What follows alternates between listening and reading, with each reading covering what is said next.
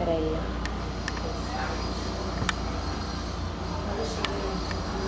Pronto. Este é o primeiro número da revista Fora, do Núcleo Espaço da Coordenadoria de Geografia. Nesta revista eletrônica, nós pensamos, aproveitando a web, a possibilidade de colocar vídeos com entrevistas e também com palestras.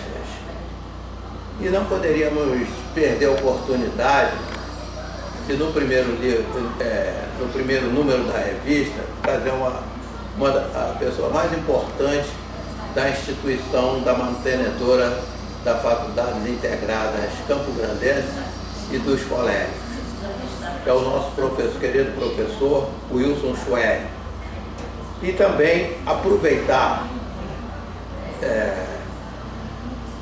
uma publicação muito interessante dele, denominada Geografia e Geopedagogia, uma visão geopolítica e geoestratégica da educação do Brasil. Este livro é interessante porque as disciplinas, geralmente, elas ficam isoladas. E o professor Schwery foi buscar um estudo interessante do espaço e da pedagogia. Então, nós gostaríamos, primeiro, que ele nos falasse um pouco sobre a geopedagogia e a geoestratégia, o que isso representa dentro da pedagogia e dentro do espaço geográfico.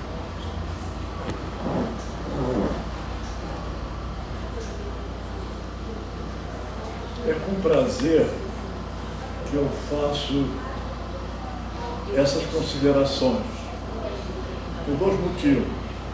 Eu integro de longa data a FEUP, com todo prazer. Temos tentado construir uma entidade capaz de proporcionar cultura, educação e, mais do que isso, uma visão histórica e prospectiva do processo que evolui no Brasil, processo histórico, econômico, cultural. Este livro eu escrevi, foi o primeiro livro que eu escrevi, porque ao longo do tempo eu me tornei um executivo educacional. Ajudei a construir o campus da universidade e fiz o planejamento didático-pedagógico dele. O colégio de aplicação e depois o colégio Pedro II, no sentido de tirá-lo do cone de sombra que ele havia pegado. Eu tenho uma vivência educacional desde o curso primário até o curso superior e pós-graduado.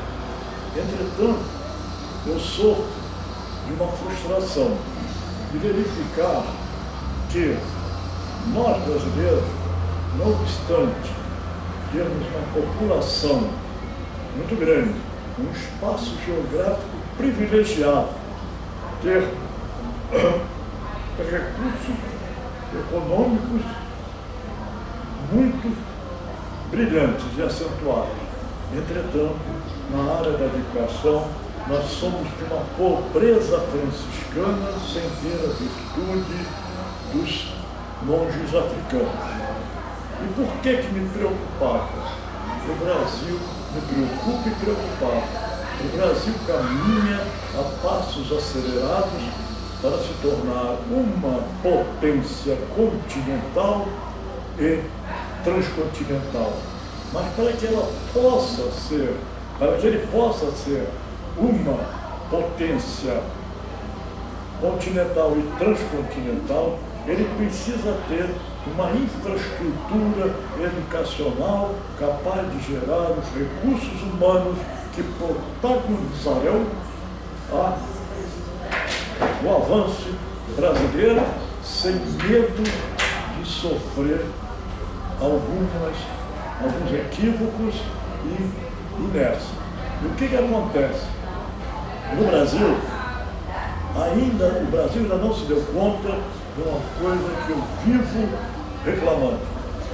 É uma filosofia de Estado para a educação. Virão os que me ouvem ou que me acompanham. Mas o Brasil tem um sistema educacional, tem modos e regras, ele tem pontos governamentais, planos governamentais, não tem um plano de Estado para a educação. O que é o plano de Estado para a educação? É mais do que uma política de governo, é uma visão grande de largo espectro e, mais do que isso, uma visão prospectiva do processo social e como será as componentes futuras desse processo. Não é futurismo, nem aleatorismo, é simplesmente usar os parâmetros existentes e ver como eles marcharão ao longo do tempo e se cristalização em ações futuras. O que ocorre? Nós temos uma política governamental de educação, não vou dizer que não tenha, mas não temos uma política de Estado para a educação. Temos, se me permitirem, no plano das relações exteriores, nós temos uma política de Estado que não se modifica. Ela pode uma política de Estado não se modifica, pode se modificar a política de ação do Estado brasileiro, do governo brasileiro. Ele muda de acordo, mas não muda na parte básica. Por quê? Os portugueses, quando colonizaram o Brasil, eles tiveram cuidado de avançar em direção do oeste e começaram a se implantar. E foi uma salvação para Portugal quando, em 1580, Dom Sebastião morre e a sucessão não podia ser feita porque Dom Sebastião não tinha herdeiros. E o herdeiro era Filipe II da Espanha, e nós fomos espanhóis. Então, pelo Tratado das Tordesilhas, que era impeditivo do avanço para o oeste, deixou de existir, porque o espanhol e o Brasil passaram a ser um único espaço sob a soberania da Espanha. Ora, os portugueses inteligentemente avançaram na direção norte, na direção andina e penetraram no sul. Por quê? Geopoliticamente, o português procurou evitar ver o reinado do Prata na bacia do Prata, porque diz um processo geopolítico: quem domina a nascente quer dominar a foz, quem domina a foz quer dominar a nascente. Isso é um truísmo geográfico geopolítico. Ora, dentro dessa visão, nós conquistamos terreno. Quando começou a haver litígio, houve arbitramento, mas os dois barões, o barão do Rio Branco, os Paranhos, pai e filho, conseguiram instituir e dar continuidade aos parâmetros deixados pelos portugueses. Então, o Visconde do Rio Branco e o Barão do Rio Branco criaram uma visão geopolítica do Estado brasileiro e que não foi esquecida pelo Itamaraty. O Itamaraty teve que gizar a sua ação dentro desse princípio. Outra que giza e faz é o problema de segurança militar. Segurança militar. Mas na educação, nós somos pobres, de maré, de si, de acordo com aquela brincadeira de roda da juventude. Mas, voltando a esse assunto interessante, a questão do norte, que os espanhóis introduziram a educação ali, e foi Dom João, e foi Dom Pedro II, que me parece na historiografia, que pediu que houvesse uma intervenção, porque a cultura espanhola estava prevalecendo em relação à cultura portuguesa. Isso é uma verdade. Então, tá. O que acontece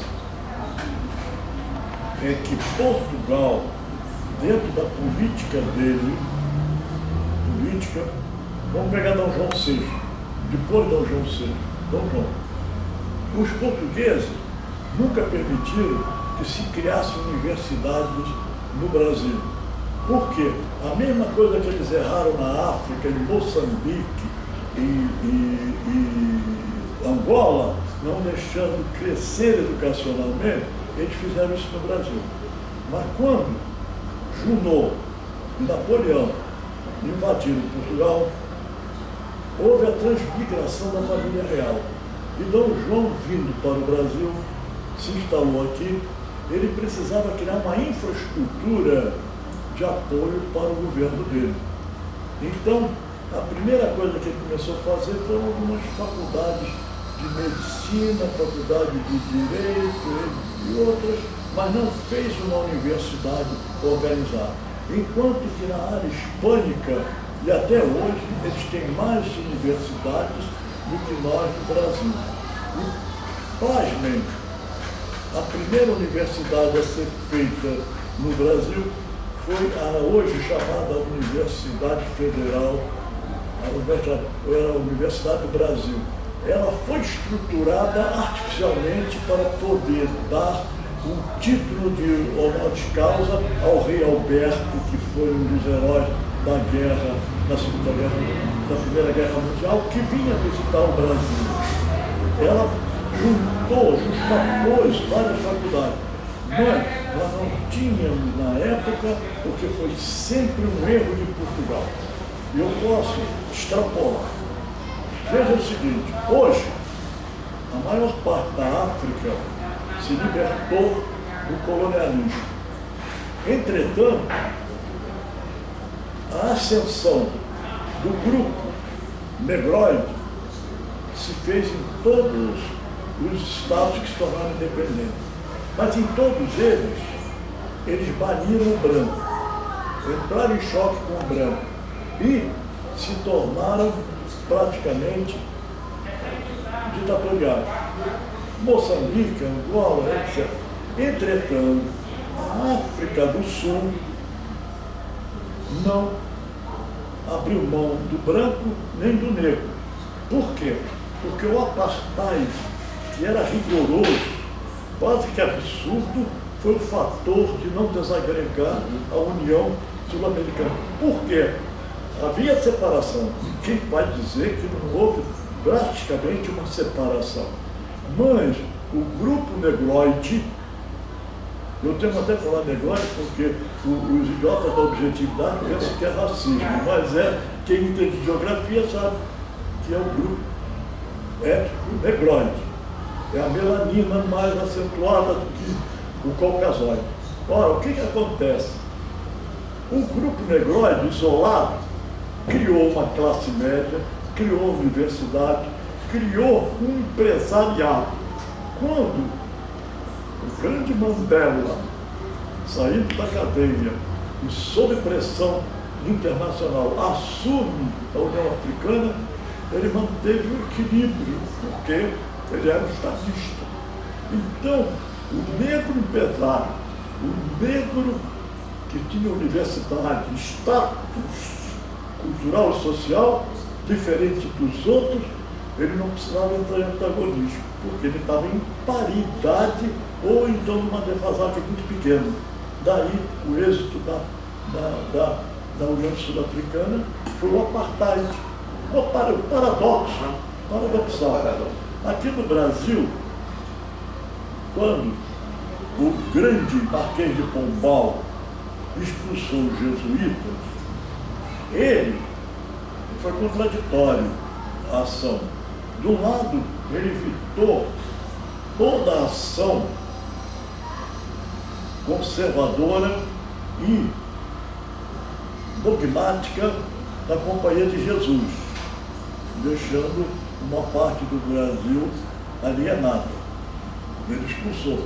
Mas se perdeu uma parte importante da educação jesuíta. Essa educação, essa saída de Pombal, ele abriu e teve visão de uma opção de coisa.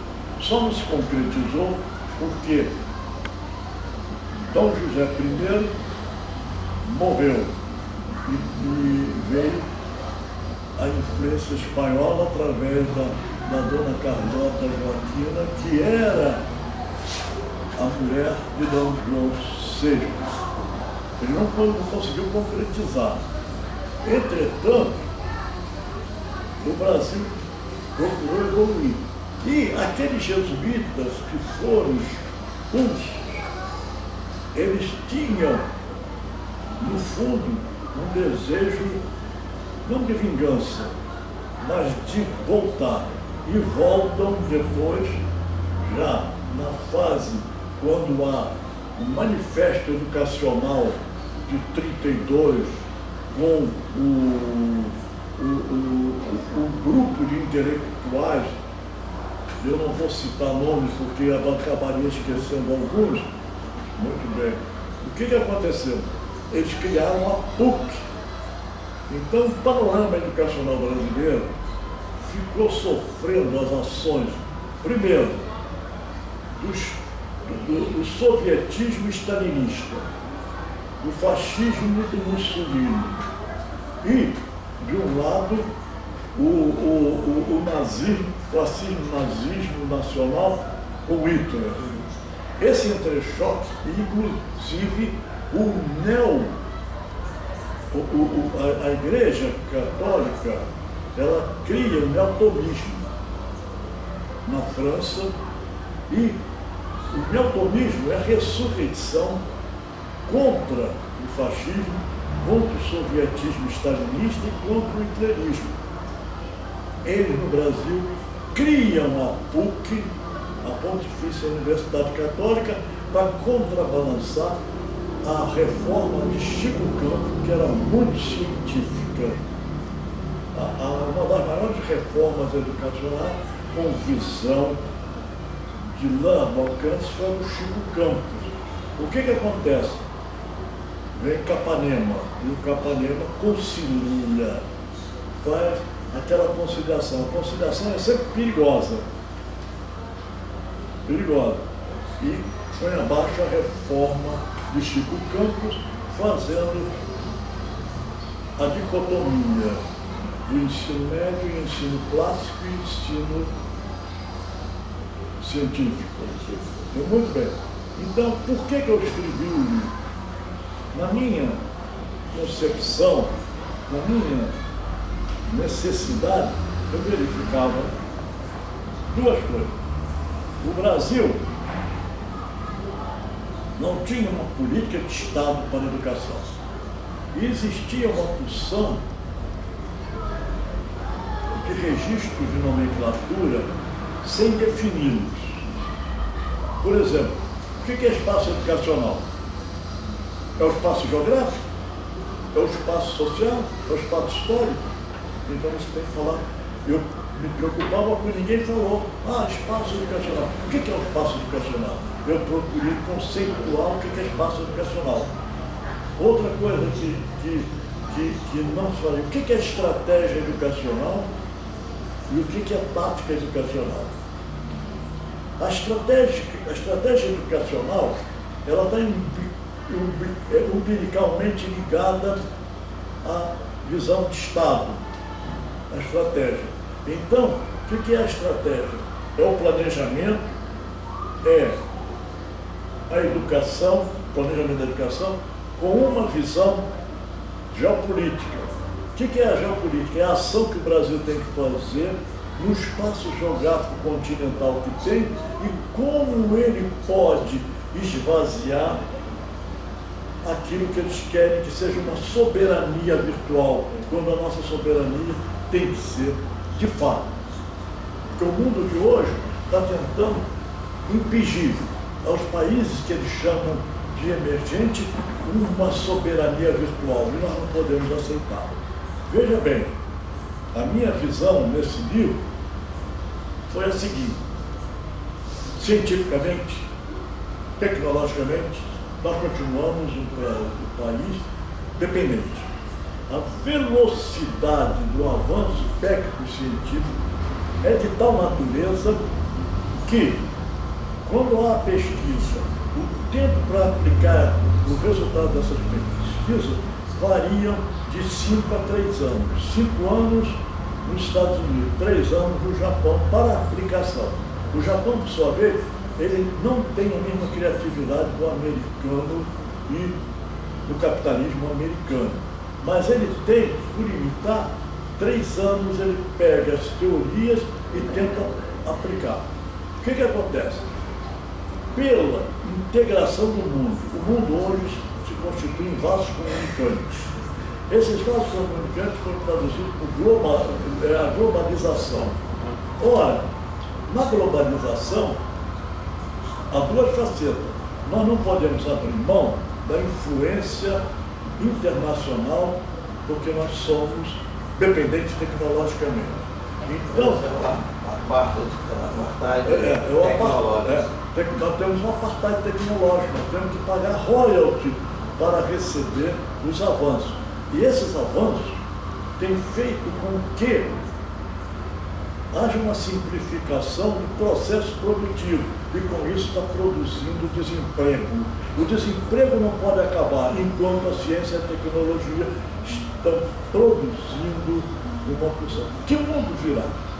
Que estrutura nós vamos ter, tendo desempregados em torno de 10 milhões, como na Espanha e outros? E que começa. Agora, uma outra revolução, além da tecnológica, é a revolução das comunicações. Hoje, você não precisa de agente comunista, como dizia Lepareto, para fazer subversão. A internet faz. Ela imobiliza sem que o governo possa deter, por mais draconiana que seja a ação do governo. Então, nesse ponto, nós temos uma soberania dependente. Enquanto não atingiu, mas na área da educação básica, nós não podemos ter. Mas por quê? Porque senão nós alienaremos a nossa cultura e, mais do que isso, a personalidade política e geopolítica que o país tem que ter. Então a educação básica ela é diferente da educação superior. E o Brasil só se volta com preocupação com a educação superior e não com a básica.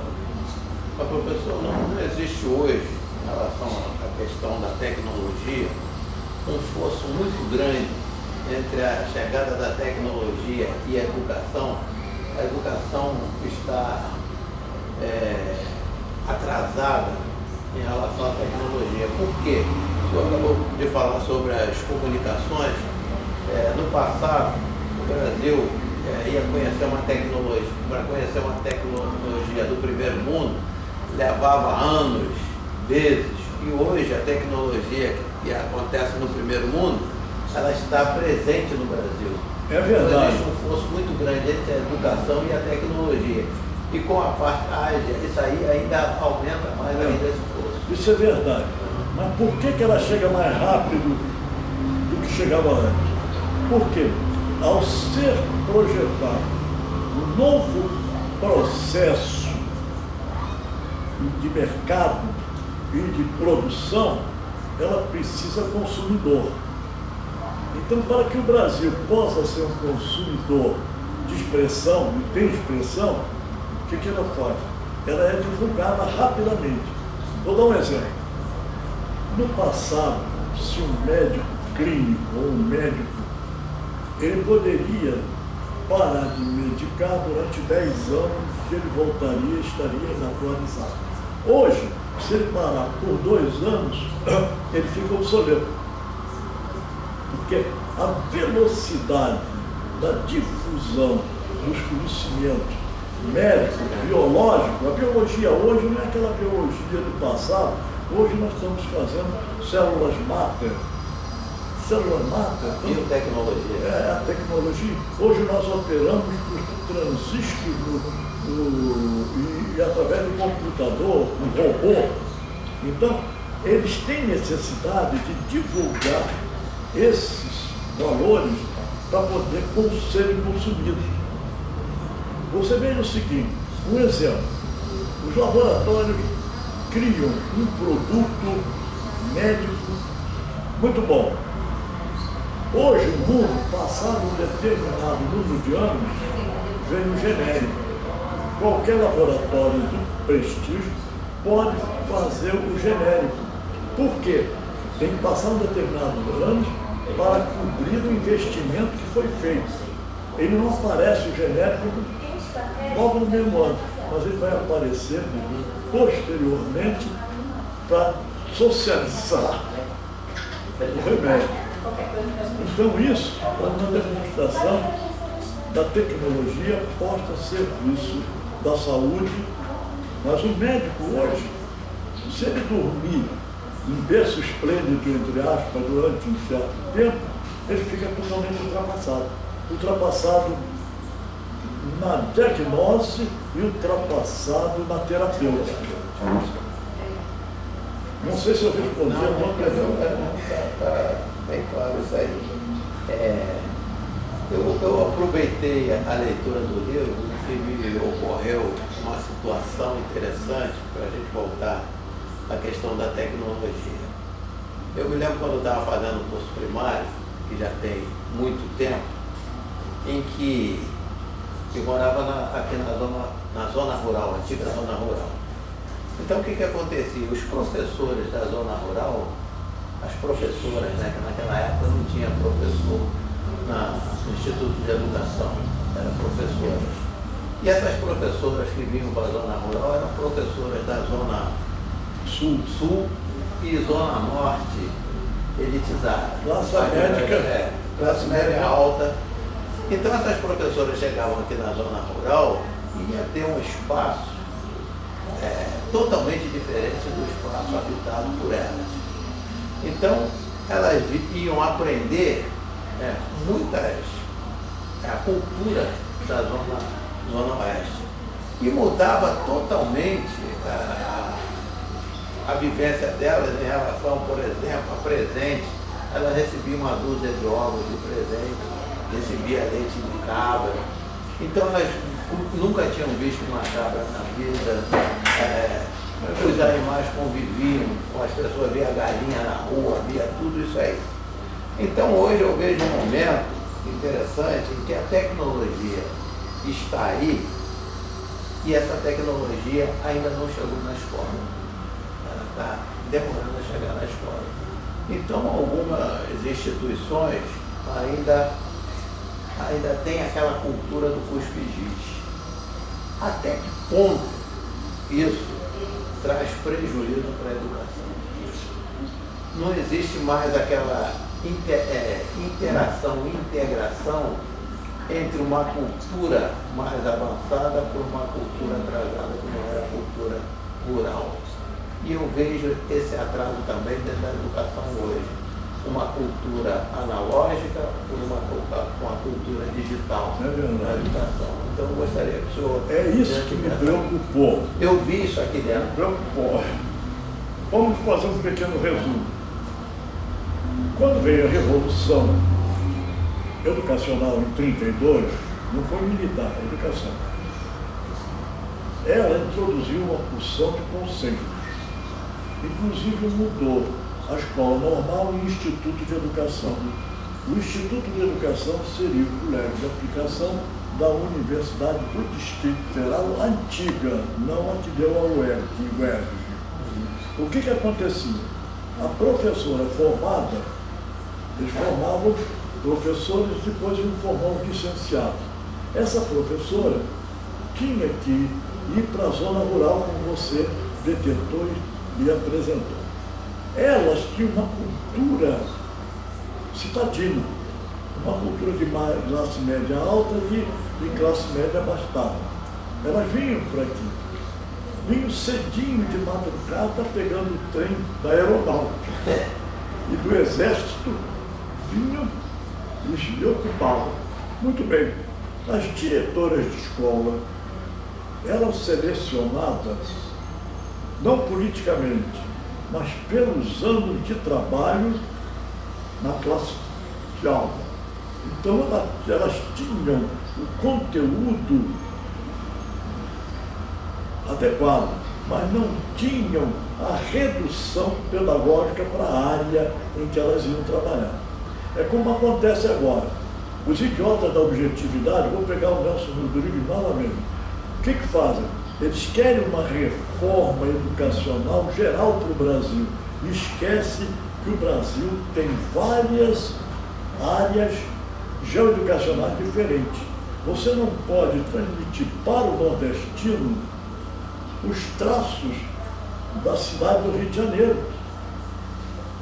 Ele tem outras necessidades, outra visão que emanam da terra, que emergem da terra e se emolduram nos aspectos culturais locais. Então, quando eu defini e fiz a crítica da divisão do Brasil em áreas educacionais, infelizmente, o IBGE aceitou a pressão e fez através, cada estado é uma área é um distrito educacional, um distrito de educação. Está errado. Eu levanto a tese que nós precisaríamos pegar o que o IBGE nos deu de municípios homogêneos. Eu detetei, ajudado pela professora Teresina de Castro, que era uma excelente geógrafa, todos os municípios homogêneos, liguei teoricamente, formei um polígono. Esse polígono é que deveria ser a área educacional de cada região. Como fizeram na economia, criando a Sudene, a Sudevale, a Sudesul, tudo isso. Mas na educação não fizeram. E o erro que aconteceu aqui no Distrito Federal da professora primária foi que a professora diretora que dirigia a escola, ela paulatinamente ia se afastando da zona rural e ocupando a direção de outras escolas. Agora passou a ser político, eminentemente político partidário, pior ainda, partidário. Então, eu não aceitei aquela divisão e propus uma nova divisão dentro de municípios homogêneos. O que é o município homogêneo? É um município, todos aqueles que têm a mesma característica. Ora, se tem a mesma característica geográfica, eles têm os mesmos problemas inseridos ali, alguns mais acentuadamente, outros menos acentuadamente. Então a ação educacional tem que ser feita em cima desses municípios homogêneos. E eu dividi. Agora, não quer dizer que a reforma de uma educação tem que ser pulverizada. Ela tem que ter princípios canônicos gerais, determinados princípios irremovíveis, que foi definido pelo Estado. Agora, outros têm que se ajustar ao espaço cultural aonde vai ser operada a escola. É o que não fazem. É o conteúdo programático. É o conteúdo programático. Que ele, geralmente, principalmente no ensino médio, No ensino o conteúdo médio. programático é todo voltado para fora da realidade do aluno. Ele não trabalha no lugar, o aluno não conhece o lugar que ele habita. Não conhece. Tem total Ignora desconhecimento. totalmente. Aí estão preocupados em mostrar o que tem no Japão, o que tem na... Agora, não quer dizer que no passado não havia esse processo de imitação dos grandes centros culturais e científicos do mundo. Nós fomos por muito tempo um mero imitador da França, até nos edifícios. O Teatro Municipal é a transplantação do Teatro de Ópera de Paris. Uma porção de outros empreendimentos são tipicamente franceses. Nós abandonamos uma cultura que tinha que nascer aqui. Então, quando eu falo em estratégia educacional, eu acho e penso que a estratégia educacional tem que ser pensada, elaborado projetos e a estratégia é centralizada pelo pessoal que tem cabeça e faz o planejamento. Agora, a ação tática é livre da aplicação daquilo que foi definido como plano diretor. Então, ele tem liberdade. Vamos ver um exemplo. Os Estados Unidos.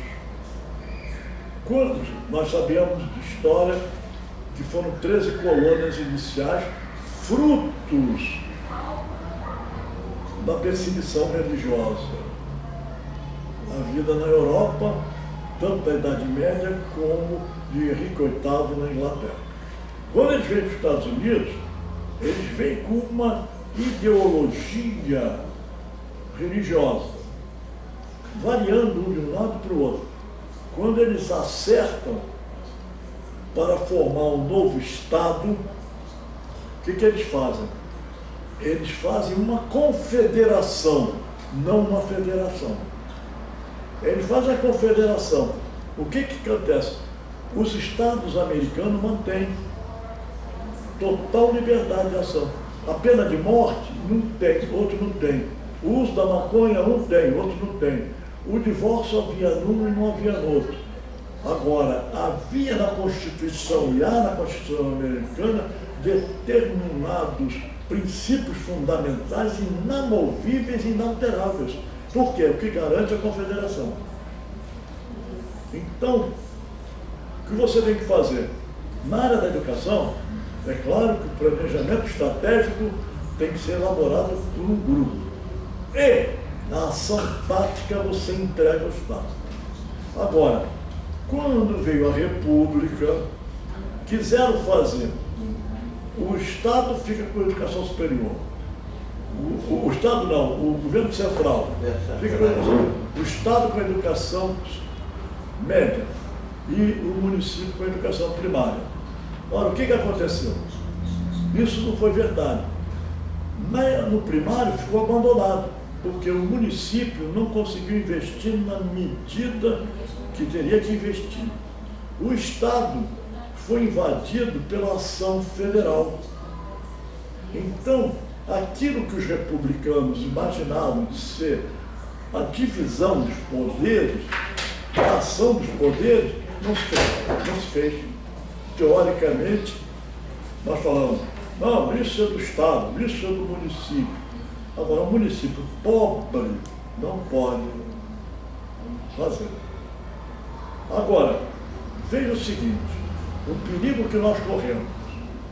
Quando você é geógrafo, sabe melhor do que eu sou um curioso de geografia. Quando os milicos, os militares, bolaram a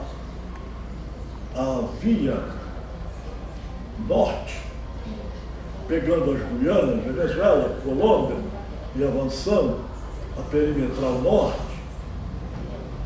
eles tinham uma visão geopolítica de tamponamento da ação da Guiana, da Venezuela e da Colômbia. O que aconteceu? A Guiana inglesa, nós entramos em litígio com a Guiana inglesa e a Guiana francesa, na época do Paranhos, do Rio Branco. No arbitramento, nós perdemos 21% do território, porque aquele cretino do rei Manuel da Itália, acovardado, deu grande causa aos ingleses. Por sua vez, a Venezuela perdeu. A metade do território da Guiana é venezuelana, até hoje ela reivindica. Ora, com o francês, nós também exigimos o limite do Oiapoque. Agora, a Venezuela, num determinado instante, propôs ao Brasil que ela avançaria na direção daquilo que era dela, até o meridiano. No mapa venezuelano você tem achuriado a metade da Guiana. E o Brasil recuperaria os 21% e poderia ficar com o resto. Então o Brasil respondeu, dentro da política de Estado, o Brasil não revê tratados arbitrários. Por que ele não quis? E agora é salutar. Por quê? Vamos admitir que nós invadíssemos a área para recuperar. Da mesma forma que a Argentina fez a bobagem lá na ilha das Malvinas. Hoje, nós temos as 3 grandes potências, com exceção da Alemanha, a Inglaterra, a França e a Holanda, na nossa costa. Ao fazer isso, a OTAN viria para cá. A OTAN. Então, o Brasil se resguardou. Entretanto, precisava haver um tamponamento. Essa perimetral norte, depois que houve, em 88, a nova Constituição, os milicos saíram, o novo Estado não teve visão geopolítica, não está tendo. Abandonou. Aquilo estava certo. Estava certo. Quando? E o Brasil tem uma característica, você sabe melhor do que eu, que você é geógrafo, nós temos uma unidade populacional. Peru tem 3 grupos étnicos, Bolívia tem outros tantos. A Argentina, que já é mais avançada, ela tem 4 argentinos. A Argentina portenha, a Arribenha, que fica entre Rio e perto de nós, a Patagônia e a Andina, que se entrechocam, não militarmente, mas, por exemplo, o exército argentino, a preponderância é de portenho, eles não deixam das outras chegar ao generalato, na abundância do que tem. Por quê? Para manter o status quo. O Brasil não tem isso, tem unidade linguística, tem unidade racial. Por quê? Porque o português se miscigenejou com o afro-brasileiro. Isso permitiu haver, não obstante com a abolição do escravo, nós não temos uma classe média negra, mas foi absorvido. Agora o que estão fazendo? Estão querendo criar um quisto racial pelo imperialismo. Mas o conflito aqui é social e eles querem. Eles mesmo estão querendo fomentar esse conflito racial. Qual é a nova frente imperialista? É um ambientalismo, através da. Eles querem fazer ambientalismo.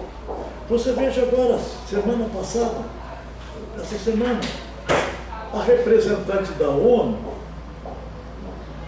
opina e diz que o Brasil devia anular a lei de anistia. Por que ela quer? Ela prefere que haja a dissociação para maior penetração. Então, todas essas ONGs, na sua maioria, com raras exceções, são frentes imperialistas e que criam o problema do artificial, do ambientalismo. Não é que nós sejamos contra o ambientalismo, não, né? Tem que haver a preservação. E essa questão da divisão do Brasil em espaços geoeducacionais, ela torna a questão até setorial em algumas situações, centro-periferia. Então você tem uma educação no centro e você quer colocar essa mesma educação na periferia, que tem uma realidade totalmente diferente. Então não há uma preocupação ainda do Estado, quando eu falo Estado, eu estou falando federal, estadual e municipal, em trazer para cada aula, trabalhar estrategicamente, você está colocando o tempo todo, essa questão para haver uma melhor unidade entre a educação, porque a educação ela é diferenciada num próprio município pequeno como o nosso. Você quer ver? Nós estamos sendo vítimas de 2 coisas. A falta de gestores educacionais à altura do processo e dos problemas que surgem. O gestor é importante. Mesmo com dificuldades, ele sendo um bom gestor, ele cria outras modalidades para tentar compensar aquilo que está faltando. E outra que está faltando, essa que você detectou, nós não temos uma infraestrutura montada para atender a esse processo de evolução econômico, social e cultural do país. Agora, o que acontece? Nós precisamos, uma coisa que não discutem e que é absurda, eles acham que para implantar, devem implantar universidade, mas multi-universidade. Não, nós temos que fazer micro-universidade. Essa universidade que você vai implantar regionalmente, ela tem que aurir os problemas do ensino básico da região e poder solucioná-los. Então, uma micro-universidade urbana, ela não precisa ter os mesmos problemas que tem uma multi-universidade, porque ela vai gerar uma porção de problemas. A multi-diversidade, para ser mantida, ela sofre distorções. Então, nós estamos mantendo sempre essa política de criar multi-universidades. Como é que você explica que quase 80% da educação brasileira está na mão de entidades particulares? E agora essas entidades particulares, pela ação miserável do governo de cercear recursos, estão caindo na mão de estrangeiros, fazendo um monopólio de estrangeiros. A Gama Filho já desapareceu como entidade da família Gama. A Veiga de Almeida também. Em São Paulo nem se fala. Como é que você vai ter, no curso vestibular e que se expandiu, cerca de 140 mil alunos? Como você vai gerir isso? É o grande problema educacional brasileiro, são os problemas educacionais. Não quer dizer, você vê o Chile, por exemplo. O Chile está resistindo de abrir mão de querer aceitar, não quer aceitar a educação gratuita. Ele quer a educação subvencionada para aqueles que precisam de bolsa. Mas tem um grupo que pode pagar. Meu filho estudou numa universidade de graça quando eu podia pagar numa universidade. E o pobre, coitado, não pode. Ou então, quer ver um outro absurdo que eles estão fazendo? Eles querem fazer cotas raciais dentro da maior quantidade ou menor quantidade de melanina. O negro não precisa desse favor. Nós tivemos Machado de Assis, Luiz Gama, nós temos os patrocínios, temos os irmãos Rebouças, temos o Lima Barreto, N nomes negros que tiveram a oportunidade de estudar e cresceram, porque não é monopólio de ninguém a inteligência e a capacidade, desde que não seja anormal por qualquer motivo biológico. Teve o Heleno também.